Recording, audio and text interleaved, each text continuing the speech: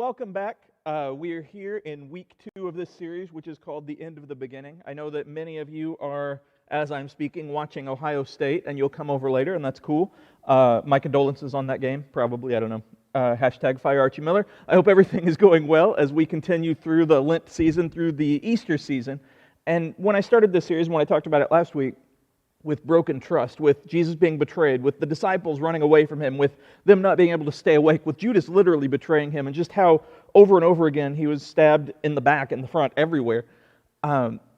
Because every time I do any kind of Easter series, like there is a formula basically to leading up to the resurrection. And so it's always a struggle for me, as I said last week, to try to pick and choose because there's so much amazing just information here, so much good, so many things that we can learn, obviously. And so with this series, we're just going to focus on the path to the crucifixion and the crucifixion, and then we'll, on Easter, which is the next series, we'll do Easter, resurrection.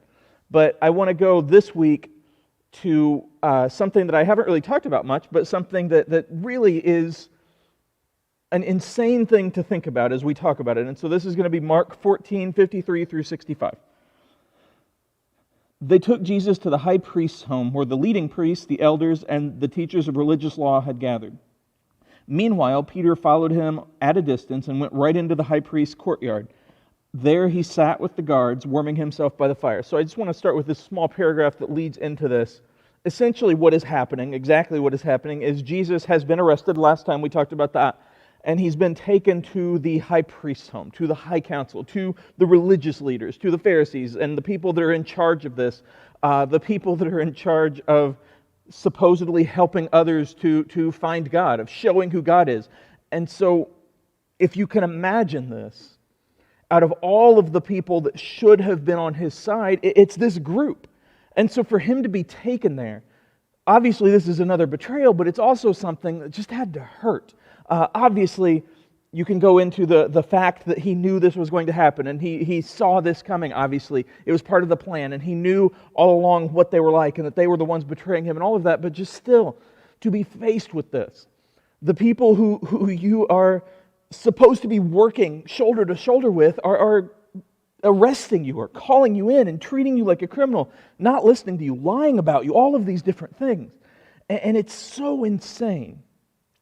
Through the history of time, often when the church, the capital C church, or any kind of religious body takes control of a society, of a government, of anything like that, it tends to not work well. And this is an example of that, because what happened with the Pharisees was not necessarily that, Jesus came and all of a sudden they turned evil. They didn't see themselves as that. They didn't see themselves as the bad guys. What they saw was this guy, in their terms, in their view, this guy who was talking to other people, who wasn't making people come to him in a building or at a convention or anything. He was just going around and talking to them and ministering and healing and loving and being there and listening. And he was doing all of that, dressed like a normal person. He was doing all of that with these 12 normal people. He was doing all of that in a loving way to everyone. He wasn't waiting until they gave him offering. He wasn't waiting until they paid him anything. He's just like, I'm going to talk. Because that's what he was here for. And they see all of that and they watch. And probably at first when it happened, they're like, I don't really like this, but whatever, let him do whatever. He's not taking anything from us. But then they started to hear like, oh man, that Jesus guy, he doesn't sin. Like he actually loves people. He actually does what he talks about. He actually practices what he preaches. And they saw that. And again, it's very hard to be self-critical. In some ways. In some ways it's easy, but in the ways that help, sometimes it's hard, because it's easier to see in someone else what we don't like about ourselves. And what they saw was someone who was everything they wish they were. But they obviously couldn't stop and be like, oh man, I wish I were like him, let's change our lives and go and follow him, because they had the power and they had the authority and they had people coming to them and just needing them. And to be needed is such a powerful thing. And so they saw him doing what they were supposed to be doing, but more effectively and more lovingly and more truthfully. And you're like, I don't like this. We're not going to be needed very long. And so they began to come up with ways that they would stop it, or began to look for things wrong.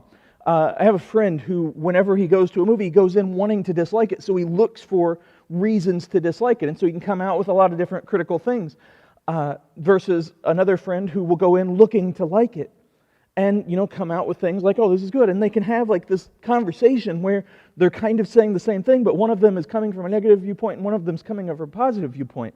And so the Pharisees aren't watching Jesus. The high council isn't watching Jesus like, what can we learn here? Or what's he saying? They're like, let's find ways that we can rip him apart, literally and figuratively. And so this is what he's facing. And yes, it's another betrayal, but it's also something just worse. It's a betrayal not just of him, but of us, of the followers, of people, of God. And just picture, before I continue, what it would be like to be pulled before this body, before the pastors of the area, before the religious leaders that you respect and know. Like picture Billy Graham, C.S. Lewis, whoever else. Picture people who just mean so much in the faith, and you're pulled before them. And not in a loving, instructional way, but where they're like, we don't like you because you're doing too good a job, or something along those lines. It'd suck. And so let's go to the next part. Inside, the leading priests and the entire high council were trying to find evidence against Jesus so they could put him to death. But they couldn't find it. Many false witnesses spoke against him, but they contradicted each other. Finally, some men stood up and gave this false testimony. We heard him say, I will destroy this temple made with human hands, and in 3 days I will build another, made without human hands. But even then, they didn't get their story straight. So a couple things, and I know that often when we talk about this, we talk about Peter's denial, and that's something that's important.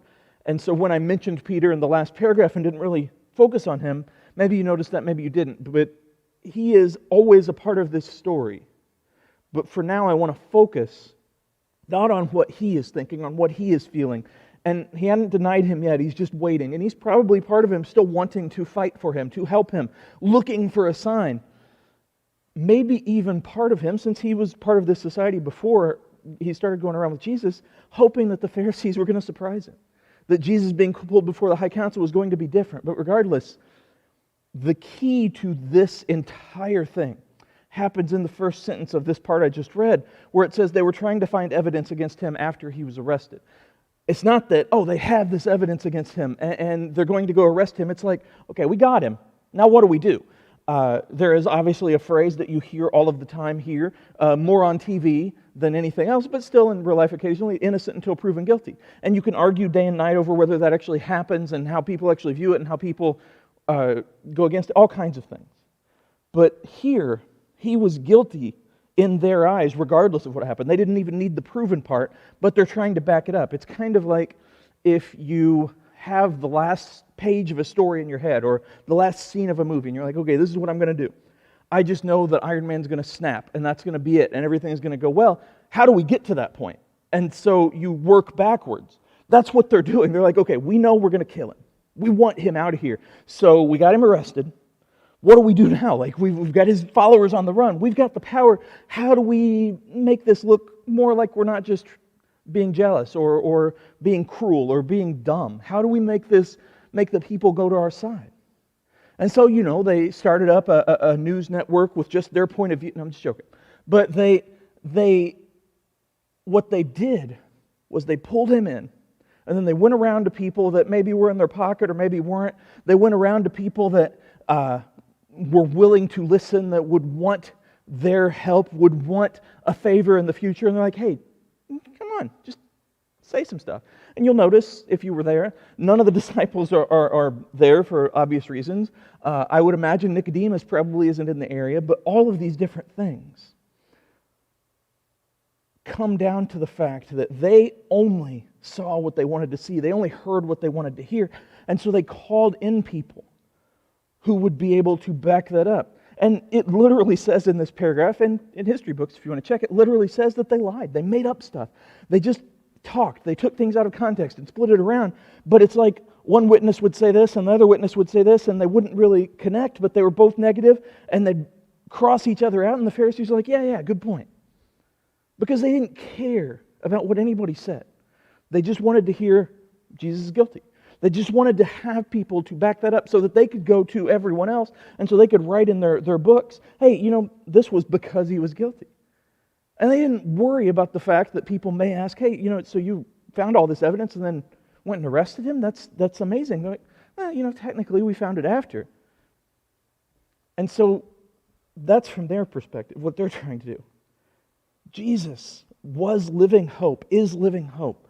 And what he is doing is setting an example for us, for them. And he's pulled into this awful situation. He's already been betrayed, like I said. And now he's here before, again, the people that should have been shoulder to shoulder with him, working hard, going out into the streets and talking to people and bringing people to God. But they weren't. And he's there. And I would just imagine that as broken as his heart already is, it just keeps breaking. Because again, he knew who they were. He knew how they were. He knew what they wanted. But he still had that hope because he is hope. Because he is life. He is love. And as much as he knows that Judas isn't going to ask forgiveness, as much as he knows that the Pharisees aren't going to humble themselves, it's still this paradox of the hope that they will, because that's what he is. He's redemption for everyone, if they look to him and see. And so him being there, I can't imagine how much it hurt. And this wasn't even the thing that hurt the most as he went. It's almost like a steady stream, as we'll see each of these weeks. A steady stream of this hurts worse, this is way worse, over and over and over again. And yet he continues the same path. And I don't just mean he's walking it and he's doing, what he's supposed to do and not fighting back and doing the right thing. I mean, he's acting the same in each situation. He's treating people like he would want to be treated, not like they're treating him. He's loving people even as they're in the process of hating him. He's listening even as they are not listening. Because he is love, he is hope, he is everything, he is redemption. And the Pharisees couldn't even get their stories straight. All they knew was, we want him out of here. Because he makes us look bad. He makes us feel bad about ourselves because he does the right thing. Maybe you've been in a situation where you know that you should do something differently. Or you know that you shouldn't buy this, or you should buy that, or you should do this, you should listen, you should do a better job, you should work harder, whatever it is. And you see somebody, whether it's in class or at work or wherever else, and it's like they're doing everything that you wish you were doing. They're practicing hard for the team or for the band, or they're, working overtime, or they're studying more. And they're getting good grades, or they're getting popularity or scholarships or whatever, and you're seeing that. And you're like, man, I just do not like them. We've all been there. We've all thought that. I just do not like them. And it's not that, it doesn't matter whether they're a good person or not. And in some cases, maybe they're a jerk and they were mean to you. But most of the time, we see that. And what we see is not necessarily the person working hard, the person studying, the person doing their best. We see us not doing that. And we want those things, but we don't want to often go to the lengths that other people go sometimes. And sometimes we're in the flip and people see us and it happens. But it's not that we don't like that person. It's that we don't like ourselves, or we don't like something about ourselves, and we see it in them. Jesus once said, don't point out the speck in somebody's eye if you have a plank in your own. And it's not, don't talk to people about their sins or about something that they're struggling with. It's, hey, don't turn something that you're struggling with into a problem for someone else in that case by seeing it only in them. And we do that all the time. We argue with people because they remind us of ourselves. We dislike people because they remind us of ourselves. It's a very hard thing to be human. And the Pharisees, when they became Pharisees, when they became religious leaders, when they started this path, I guarantee that to a man, they had good intentions. They were following God, and they loved Him, and they believed in Him, and they wanted to really help people. And then they got a little bit of power, and they got a little bit of money, and they got a little bit of influence. And it's like, you know what, we're still going to do the right thing, but this is nice. I like driving this Bentley. A chariot Bentley. And I like, wearing these clothes, and I like looking good. I like people looking up to me. And, it became the normal because all the rest of them were doing it too. And it's like, hey, we're still doing good. There's no sin for having money, and that's true, there's not. There's no sin for having influence, for having people think you're popular. Again, there's not. But then Jesus came. And He didn't shoot for any of those things above anything else. He just loved people. And so they looked at their fancy chariots and their fancy sandals and everything else they had. And they thought, well, we can either give all this up and be more like him, or we can drag him down so people won't want us to be like him. Time and time and time again, people are always, for the most part, going to choose the easier path. Now, as Christians, we're supposed to choose the harder path, and we do. We try. But we still are weak sometimes, and we still fail sometimes, and we still want things to be easy sometimes. And again, there's nothing wrong with wanting that. But it's what you do in order to get it. It's what you do in order to live. And if you see someone else, and your only true reason for disliking them is that they're showing people love, or they're being a better Christian, or they're doing the right thing, you got to check yourself and not them. And the Pharisees, again, this could have gone way differently. 1,000 different things in this story could have changed it and made it go differently. Now, the end was always going to be the end because that's the prophecy, that's the sacrifice, that's what's going to happen. But individual people could have made individual choices. And yet, they didn't care what anybody said. They definitely didn't care what Jesus said. They just wanted him out because then they could go back to their life. They could go back to who they were before and not have to worry about judgment, even if it's themselves judging them. However, once you've seen Jesus, you've seen Jesus. Now, not everybody changes and not everybody gets it, but once you've seen Jesus, once you've been touched by him, even if you turn away, that example is always there. And so I don't know what their lives were like by and large after Jesus was gone off the earth, but it's not like his influence was erased. And so some of them probably had trouble sleeping at night. Some of them probably looked back to this moment and were like, how did we do that? And maybe, and hopefully, some of them changed. Maybe, hopefully, some of them got it later, but some of them probably just kept going forward. And even though they acted on the surface like, hey, it's all good, we did it, we're fine, we're good again, it was never the same again. I can guarantee you that. Because once you know what is right, even if you move forward and you pretend that you didn't hear it, you pretend that you don't, you know. Going to the next part. Then the high priest stood up before the others and asked Jesus, well, aren't you going to answer these charges? What do you have to say for yourself? But Jesus was silent and made no reply. Then the high priest asked him, are you the Messiah, the Son of the Blessed One? Jesus said, I am. And you will see the Son of Man seated in the place of power at God's right hand, and coming on the clouds of heaven. Then the high priest tore his clothing to show his horror, and said, why do we need other witnesses? You have all heard his blasphemy. What is your verdict? Guilty, they all cried. He deserves to die. I think most of us, if we were accused of something we didn't do, we're going to want to defend ourselves. We're going to want to talk about it. We're going to want to say, hey, I didn't do this. I've said this before, but one of my pet peeves, one of the things that really gets me and actually upsets me is if somebody calls me a liar. Because honesty is very important to me. And I don't mean calls me a liar, but doesn't believe me. Because honesty is very important to me. It's a part of my job, my calling, but it's also a part of who I am. I try to always be someone that can be trusted. And so when someone questions that, indirectly or directly, it hurts me. And so I want to defend that at times. Sometimes I just let it go, but at times I want to defend that, and I want to just really make them see. Because that's a human response. If somebody says something that's false about you, you want to set them straight. It's nothing wrong with that. If there are rumors going around about you, you want to make sure that people know that's right, especially people that you love, people that you know, people that you care about. You want that. That's natural. And yet sometimes people just won't listen. They've made their mind up no matter what. They've decided. And we've probably faced situations like that where someone has just decided they're not going to like us, they're not going to trust us, they're not going to help us, whatever. And no matter what we say, no matter what we do, it is what it is.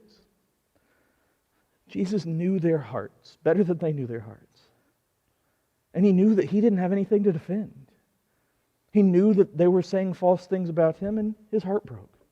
He knew that he had done nothing wrong, and his heart broke. But he also knew that he had to, wanted to, loved being the example of what the right thing to do is, because that's who he is. It was natural. And so he sat there allowing them to lie about him. And it's not that he was weak. It's not that he didn't want to contradict them. It's that he knew that whatever he said, They weren't going to listen. Now, when they asked him, hey, who are you? He told them. He didn't make it up. He didn't lie. He didn't say anything that could have gotten him out of it. A long time ago, when I was in kindergarten, I believe. So, dinosaurs, snow going uphill both ways, all these things.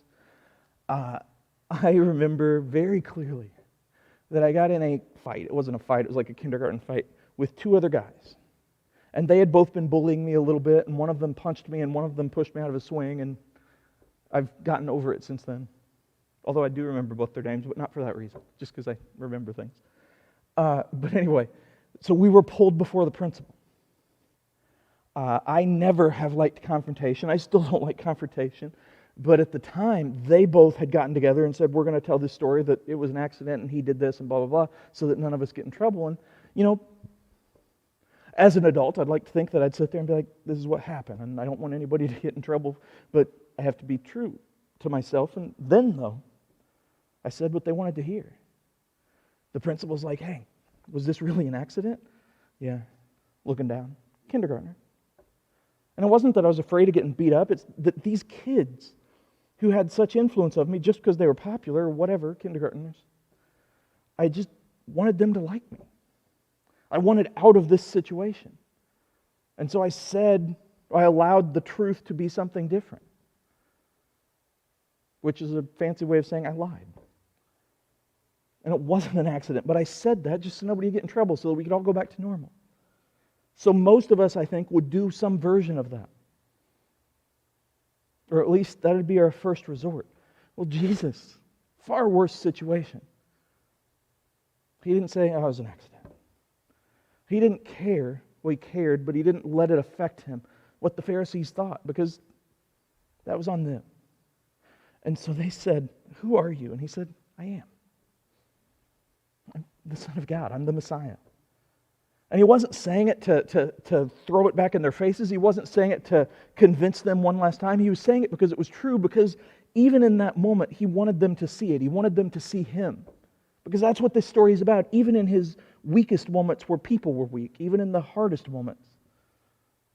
He wanted people to see him. Because he is the focus, the path forward. And yet they just would not listen. They didn't care to listen. The Pharisee, the high priest that ripped his clothing after, he wasn't really shocked by that. He just wanted to be dramatic so that everybody else would fall in line. He knew what Jesus was going to say, because Jesus didn't say that. All along, he was very clear, very honest, very straightforward. Because again, that's who he is. That's what he stands for.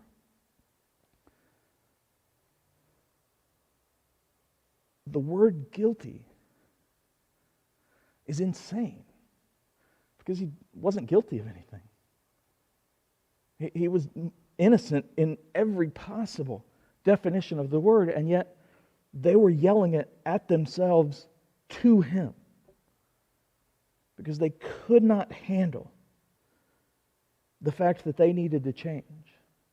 And so they needed to get him out of there. Last passage, and then we're done. Then some of them began to spit at him, and they blindfolded him and beat him with their fists. Prophesy to us, they jeered, and the guards slapped him as they took him away. The guards slapped him, and later on the guards beat him, and you know the story, and we'll get into that.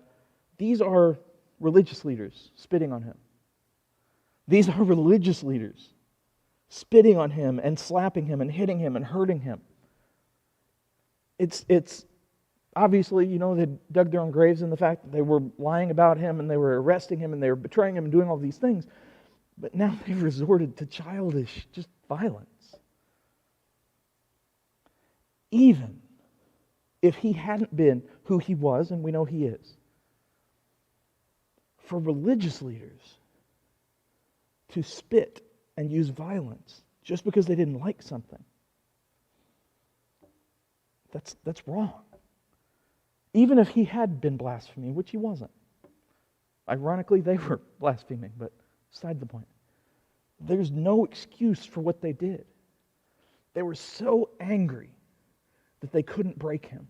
They were so angry that they couldn't hurt him, in the way they wanted to. They were so angry They couldn't change him, that he still was the Son of God, that he still was good, that he still was holy, that he still was truthful, that he still was loving, that he still loved them. They could not handle it. And so they went from arresting him to trying to trap him, to tricking him, trying to trick him, to lying about him, to getting other people to lie about him, to spitting on him, to actually hitting him. And they just kept going down and down and down and down and down. And I don't know who else was in the courtroom by that time. I don't know if it was just the high priest and the guards and him. I don't know if the witnesses were still there. But imagine, even if you were one of the witnesses that had lied, and you see the people that are supposed to be your counselors, you see the people that are supposed to be your leaders, you see the people that are supposed to be the ambassadors of God, spitting on someone, lying about someone, hurting someone, allowing anger to rule their actions. Imagine that. Imagine what your relationship would be with the church after that.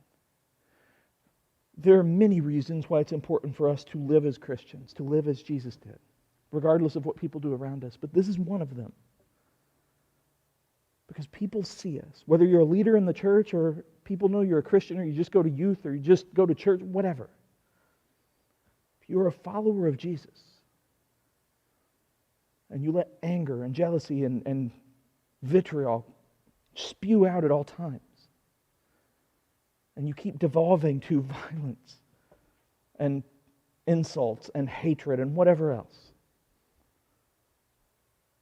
ignore the people that you're doing that to, which is wrong. Imagine what people that don't even know you feel about the church, feel about Christianity at that point. And again, we don't do this as a play. This is not where we have to act a certain way for people to like things, because it's their choice, yes. But we have to learn from Jesus. And absolutely, we want to defend ourselves, and good, do it. There's a right way and a wrong way. We are here to be different.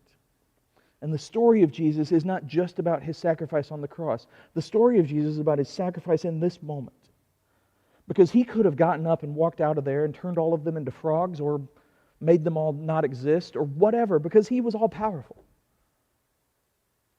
But he took it for us. Life sucks sometimes. And people will treat you like garbage sometimes. And no, you should not take that in certain ways. But two wrongs don't make a right, to borrow another cliche. Becoming like the enemy, quote unquote, doesn't fix anything. Just makes it twice as bad. Learn from Jesus. Be like Jesus. Learn from this story, because again, it's not just about the cross. That is vital to our faith. It's vital to our lives. It's vital to the world. But learn from how he handled each and everything, because that's how we are to handle each and everything. And we're to help each other to do that. We are to walk forward, to hold each other up, to forgive, to show grace, to show love, and to be like him. That's all I got.